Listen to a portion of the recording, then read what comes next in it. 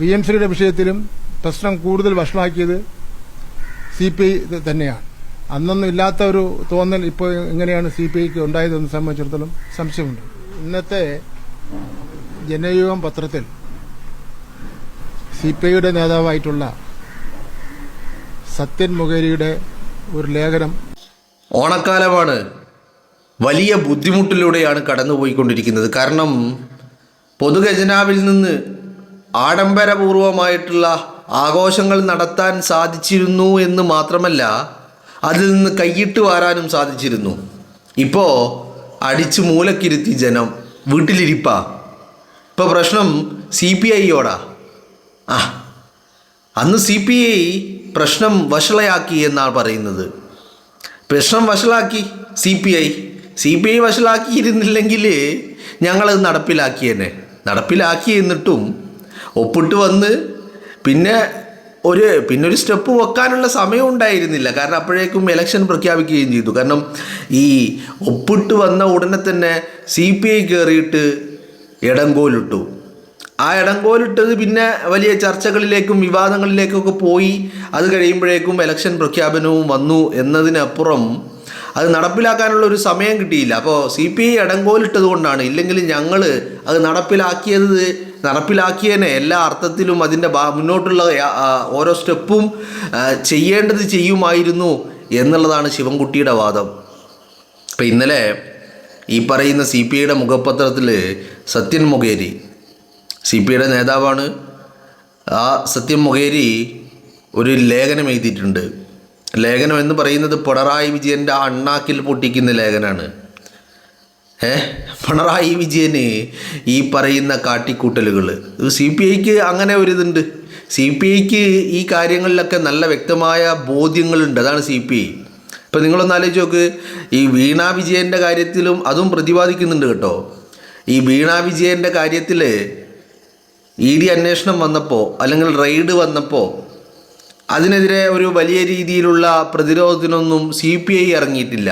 CPI എവിടെയും കണ്ടിട്ടുമില്ല. എന്തേ കാരണം അതൊരു രാഷ്ട്രീയ പ്രേരിതമാണ് എന്ന് കണ്ണടച്ച് പറയാൻ കഴിയില്ല എന്നാണ് CPIയുടെ വാദം.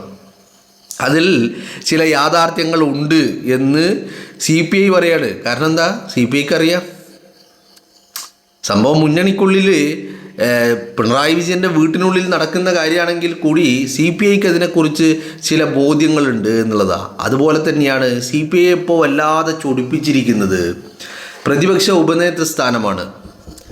അത് നൽകിയിട്ടില്ലല്ലോ. അപ്പോൾ അതിൻ്റെതായ ഒരു ബുദ്ധിമുട്ട് CPIക്കുണ്ട് ഈ പ്രതിപക്ഷ ഉപനേതൃസ്ഥാനം കിട്ടാത്തതിൻ്റെ.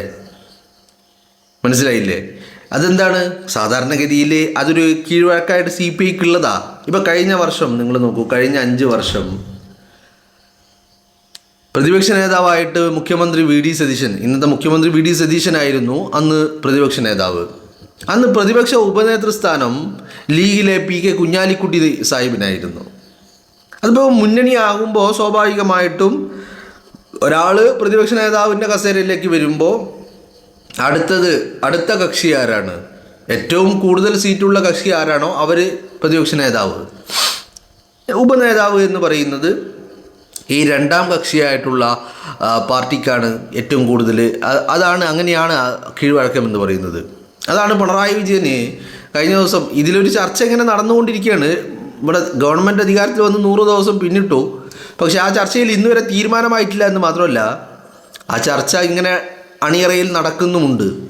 അപ്പോൾ അതിനിടയിലാണ് കഴിഞ്ഞ ദിവസം മാധ്യമങ്ങളെ കണ്ടപ്പോൾ ഒരു കത്ത് ഞാൻ കൊടുത്താൽ തീരുന്ന പ്രശ്നമാണ്, അത് ഞാനങ്ങ് തീരുമാനിക്കും എന്നുള്ള ധാർഷ്ട്യത്തിൻ്റെ പ്രഖ്യാപനം പിണറായി വിജയൻ നടത്തിയത്. പിണറായി വിജയൻ നടത്തുന്നു, ഇപ്പുറത്ത് നിന്ന് CPIക്കാർ കയറ് പൊട്ടിക്കുന്നു. അതിൽ ബിനോയ് വിശ്വമുണ്ട്, രാജനുണ്ട്, P പ്രസാദ് ഉണ്ട്, D രാജയുണ്ട്.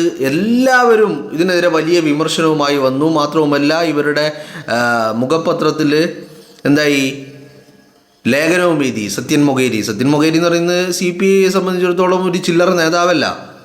ആ നേതാവ് ഒരു ലേഖനം എഴുതുകയും ചെയ്തു. അതാണ് ഇപ്പം ശിവൻകുട്ടിയെ വല്ലാതെ ചൊടിപ്പിച്ചിരിക്കുന്നത്. കാരണം ശിവൻകുട്ടിക്ക് ഒരു കാര്യം അറിയാം, ഒരു തെരുവ് ഗുണ്ടായ തന്നെ ഈ പറയുന്ന കസേരയിൽ പിടിച്ചിരുത്തിയത് അത് ഞാൻ പാദസേവ ചെയ്യാൻ വേണ്ടിയിട്ടാണ്.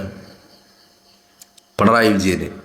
ആ പാദസേവ ചെയ്യാൻ വേണ്ടി പിടിച്ചിരുത്തിയ 5 വർഷം തന്നെ ആ കസേരയിൽ ഇരുത്തിയ വ്യക്തി, ആ വ്യക്തിയെ പ്രതിരോധിക്കണം എന്നുള്ളത് ആർക്കറിയാം?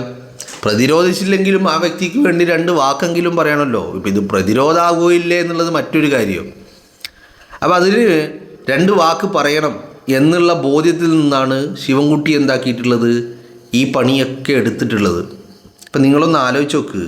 ഇപ്പോൾ ഒരു രാഷ്ട്രീയ മര്യാദ എന്നൊക്കെ പറയുന്നൊരു സംഭവം ഉണ്ടല്ലോ, വളരെ കൃത്യമായിട്ട് ഒരു പക്വതയുമില്ലാത്ത, എന്നാൽ അത് ആവശ്യത്തിലേറെ വേണ്ട ഒരു വ്യക്തിയാ ഈ ഒരു എന്താ പറയേണ്ടത് കാലയളവ് വെച്ച് നോക്കിക്കഴിഞ്ഞാൽ.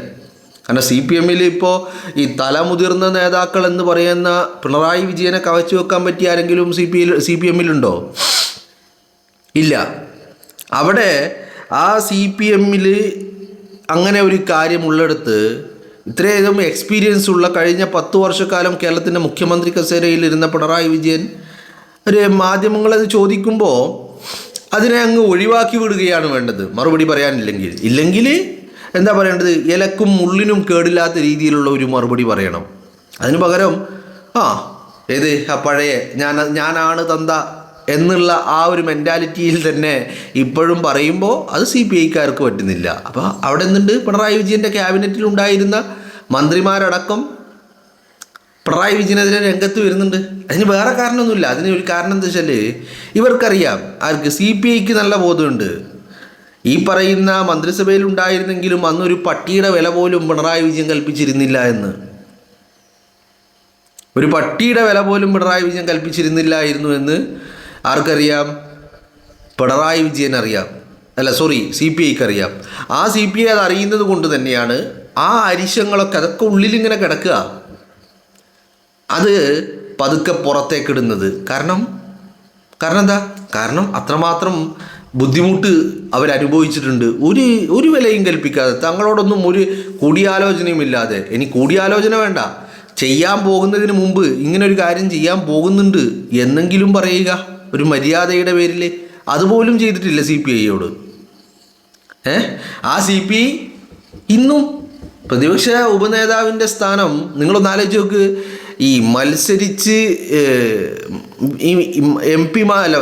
മന്ത്രിമാരുണ്ടല്ലോ, ആ മന്ത്രിമാരിൽ CPI-യുടെ മന്ത്രിമാരൊക്കെ ഏകദേശം വിജയിച്ച് കയറി. CPI-യുടെ നഷ്ടമായത്, ഏറ്റവും അധികം മന്ത്രിമാർ നഷ്ടമായിരിക്കുന്നത് LDF-ൽ തന്നെ CPM-നാണ് പരാജയപ്പെട്ടത്. അപ്പോൾ ആ CPI-യുടെ മന്ത്രിമാരിൽ എല്ലാവരും വിജയിച്ചിട്ടൊന്നുമില്ല, അത് മറ്റൊരു കാര്യം. അത് വെറുതെ അങ്ങ് വിജയിച്ചതല്ല. കുറേയൊക്കെ എവിടെയൊക്കെയോ എന്തൊക്കെയോ ചെയ്യാൻ ശ്രമിച്ചു, അല്ലെങ്കിൽ സർക്കാരിനകത്ത് ഇവർക്കൊരു പട്ടിയുടെ വിലയും ഉണ്ടായിട്ടില്ല എന്നുള്ള ഒരു സഹതാപം ജനങ്ങൾക്ക് മനസ്സിലായത് കൊണ്ടാണ്. അങ്ങനെ ഒരു സിറ്റുവേഷനിലൂടെയാണ് ഇവരൊക്കെ കടന്നു പോയത്. അപ്പോൾ ഇവരുടെയൊക്കെ പ്രവർത്തനങ്ങൾക്ക് വലിയ പരിമിതികൾ ഉണ്ടായിരുന്നു എന്ന് ജനങ്ങൾ തിരിച്ചറിയുന്നിടത്തു നിന്നാണ് ആ ഒരു സഹതാപം ഉണ്ടല്ലോ, അതിൽ നിന്നാണ് CPI-ക്കാരൻ വിജയിച്ച് കയറിയത്. ഇന്നും അവർക്ക് ആ വില തന്നെ. പരാജയപ്പെട്ടിട്ടും പ്രതിപക്ഷത്തിരിക്കേണ്ടി വന്നിട്ടും ആ വില തന്നെ. ആകെ പ്രതിപക്ഷത്തിനുള്ള 2 സ്ഥാനങ്ങളാണ്. ഒന്നീ പറയുന്നത് ഏത് ഉപനേതൃസ്ഥാനവും പിന്നെ പ്രതിപക്ഷ നേതാവിൻ്റെ കസേരയും. അതിൽ സ്വാഭാവികമായിട്ടും CPI-ക്ക് നൽകേണ്ടതാണ് ഈ ഉപനേതൃസ്ഥാനം. അതുപോലും വകവെച്ച് നൽകാൻ ആര് തയ്യാറാവുന്നില്ല? പിണറായി വിജയൻ തയ്യാറാകുന്നില്ല. പിണറായി വിജയന് ഞാനും എൻ്റെ മരുമോനും എൻ്റെ മോളും എന്നൊക്കെ പറയുന്ന ഒരു ചിന്താഗതിയാണ്. ഇപ്പം എനിക്ക് തോന്നുന്നു മുഹമ്മദ് റിയാസിനെ തന്നെ എങ്ങനെയെങ്കിലും അമ്മായിയപ്പനും മരുമോനും മുൻനിരയിൽ അടുത്തടുത്ത്, അത് വേറെ ഒന്നും കൊണ്ടല്ല, കുറച്ചെന്തെങ്കിലും രീതിയിൽ അക്രമങ്ങളൊക്കെ വരുമ്പോൾ റിയാസിന് കുറച്ചൊക്കെ പിണറായി വിജയനേക്കാളും ഒരു ഇതുണ്ടല്ലോ, അത് വെച്ചിട്ട് തടുത്തു നിർത്താൻ മരുമോന് ഉണ്ടാവണം, അടുത്ത് തന്നെ ഉണ്ടാവണം എന്നുള്ള ചിന്താഗതിയിൽ നിന്നായിരിക്കാം ഒരു പക്ഷേ. എന്താണെങ്കിലും അതാണ് ഇപ്പോഴത്തെ സിറ്റുവേഷൻ എന്ന് പറയുന്നത്. അപ്പോൾ അതാണ് ഈ പിണറായി വിജയനെ തൊടുമ്പോഴേക്കും ഇവർക്ക് ശിവൻകുട്ടിയൊക്കെ വീട്ടിൽ നിന്ന് പുറത്തിറങ്ങലുണ്ടായിട്ടില്ല. ഇന്നലെ അത് ഇറങ്ങി മാധ്യമങ്ങളെ കാണാനാണ്. വീട്ടിൽ നിന്ന് പുറത്തെന്ന് പറഞ്ഞാൽ കേരളത്തിൽ ഇറങ്ങി നടന്നിട്ട് എന്നില്ല, വീട്ടിൻ്റെ മുറ്റത്ത് ഇറങ്ങിയിട്ട് ആ പരിപാടി ചെയ്യേണ്ടി വന്നത് എന്തുകൊണ്ടാണ്? പിണറായി വിജയനെതിരെ അതിരൂക്ഷമായ ഭാഷയിൽ ജനയുഗത്തിൽ സത്യം മൊകേരി വലിയ വിമർശനങ്ങൾ. സംഭവം രൂക്ഷമായ ഭാഷ എന്ന് പറയുമ്പോൾ നിങ്ങൾ വിചാരിക്കേണ്ട ഈ തെറിവിളികളൊക്കെ ഉണ്ടായി, അങ്ങനെയല്ല. കാരണം അത് ഒരു മാധ്യമത്തിൽ അച്ചടിച്ച് വരുന്ന ഒരു ലേഖനമായതുകൊണ്ട് തന്നെ ഈ നിഘണ്ടു ഭാഷയിലാണ്, ഡിക്ഷണറി ഭാഷയിലാണ് സംസാരങ്ങളും എഴുത്തൊക്കെ. പക്ഷേ തന്തക്ക് വിളിച്ചില്ലെന്നേ ഉള്ളൂ എന്ന് നമ്മൾ പറയാറില്ലേ, അങ്ങനെ ഒരു സിറ്റുവേഷൻ. അതായിരുന്നു സത്യം മുഖേരിയുടെ ആ ലേഖനം എന്ന് പറയുന്നത്. അപ്പോൾ അതിലാണ് ഈ പറയുന്ന ശിവൻകുട്ടിയുടെ ചൊറിച്ചിൽ. ശിവൻകുട്ടിക്ക് നല്ല ആഗ്രഹം ഉണ്ടായിരുന്നു, എങ്ങനെയെങ്കിലും ആ പ്രിയം ശ്രീ ഒന്ന് നടപ്പിലാക്കണം. അതിനു വേണ്ടിയാണല്ലോ ഇപ്പോൾ രാത്രിക്ക് രാത്രി പോയി ഒപ്പിട്ടതെന്തിനാ, ഇത് എങ്ങനെയെങ്കിലും ഒന്ന് നടപ്പിലാക്കണം. പക്ഷെ അപ്പോഴേക്കും പുറത്തറിഞ്ഞു, ഉള്ളിൽ നിന്ന് ഇത് കൂട്ടത്തിൽ നിന്നുള്ള ആളുകളായിട്ടുള്ള CPM പോലും CPI പോലും നല്ല പണി കൊടുത്തത്. അപ്പോൾ അതിൻ്റെ ക്ഷീണം ശിവൻകുട്ടിക്ക് നന്നായിട്ടുണ്ട്. ആ ക്ഷീണം മാറ്റാൻ ഇറങ്ങി പുറപ്പെട്ടിരിക്കുകയാണ് ശിവൻകുട്ടി എന്ന് പറയുന്നത്. ഇപ്പം ഞാനിങ്ങനെ ആലോചിച്ച് നോക്കുകയാണ്, ഇന്നലെ ഇപ്പോൾ ഇങ്ങനെ ശിവൻകുട്ടി പറയുമ്പോഴേ ഏത് CPI അന്ന് ഇല്ലായിരുന്നുവെങ്കിൽ എന്താ, അതിൽ ഒപ്പിട്ട് കഴിഞ്ഞ് ഇനി അടുത്ത സ്റ്റെപ്പിലേക്ക് പോകുമായിരുന്നു അല്ലേ? അത് ചെയ്യാൻ സാധിക്കാതിരുന്നത് കേരളത്തിൽ ഉയർന്ന വലിയ രീതിയിലുള്ള പ്രതിഷേധം, അതോടൊപ്പം തന്നെ ഈ പറയുന്ന CPIയുടെ ഭാഗത്തു നിന്നും അതിനെതിരെയുള്ള വലിയ രീതിയിലുള്ള എന്താ പറയണ്ടേ പ്രതിഷേധങ്ങൾ ഉണ്ടായി. എനിക്ക് തോന്നുന്നു മന്ത്രിസഭാ മീറ്റിങ്ങിൽ പോലും വിട്ടുനിൽക്കും എന്നുള്ള അവസ്ഥയിലേക്ക് കാര്യങ്ങളെത്തി.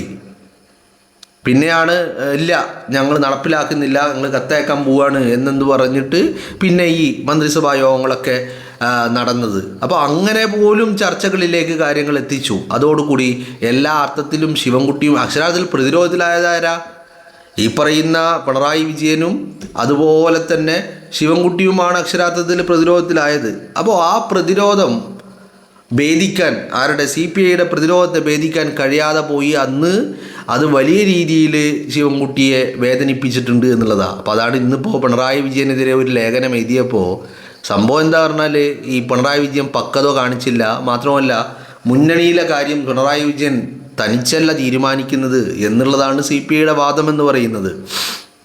അതിനാണ് ശിവൻകുട്ടി കയറെടുത്തിറങ്ങിയിരിക്കുന്നത്. അതാണ് ശിവൻകുട്ടിയുടെ ഒരു ആത്മാർത്ഥതയാണ്. തന്നെ തെരുവ് ഗുണ്ടയായ തന്നെ മന്ത്രി കസേരയിൽ ഇരുത്തിയ യജമാനനോടുള്ള സ്നേഹം, അതാണ് ശിവൻകുട്ടി പ്രകടിപ്പിച്ചത്.